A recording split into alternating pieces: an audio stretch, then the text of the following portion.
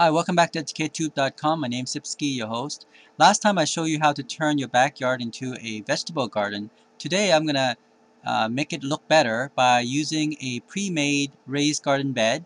It costs less than $100. As you can see here, I have two of them set up, and with mulch, red mulch surrounding it, and then I have a brick that was laying around, so I made it into a stepping stone, as you can see here. Let's get started. I'll show you how to do this beautiful vegetable garden. The first thing you want to do is to take out the components of the raised garden beds and lay them out. As you can see here, I bought two of them, so it cost me about 80 bucks, $40 each.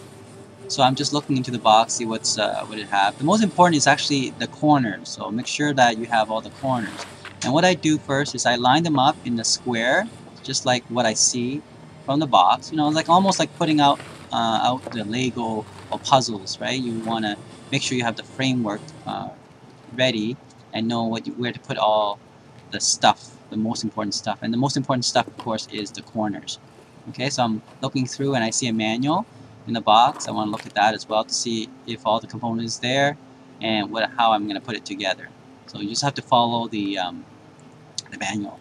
Now the only thing I don't like about this raised garden bed is that the corner is made of plastic. It seems to me that this raised bed garden for 40 bucks may not be the best. It may only last me for no more than 5 years, so I have to think about how to fix that in the future. But anyways, since I already bought it and hoping that it will last at least 5 years, we're just gonna have to put it together. As you can see here, I put the two plastic together to form a corner. Very easy to assemble, actually.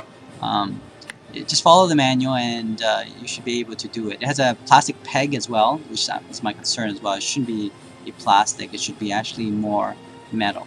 But again, for 40 bucks, what do you expect, right?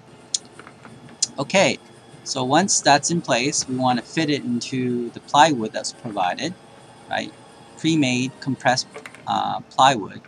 I think they actually put some chemical to it so that it will last longer. Okay, so I'm just testing out the corners, make sure it fits properly, and it seems to be pretty good. Now we have to do is, of course, screw it in. As you can see, this is the first one that I did.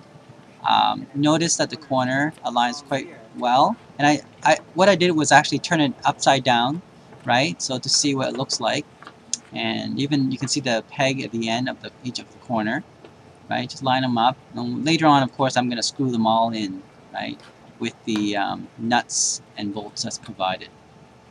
Okay. Okay, so let's speed up the video. As like I said before, it's very important to get the corner properly aligned and screw it in tightly. Okay. It took me no more than 30 minutes to do this. Okay, so once we're done, you can see the first one. What you want to do now is to put in the soil into that box.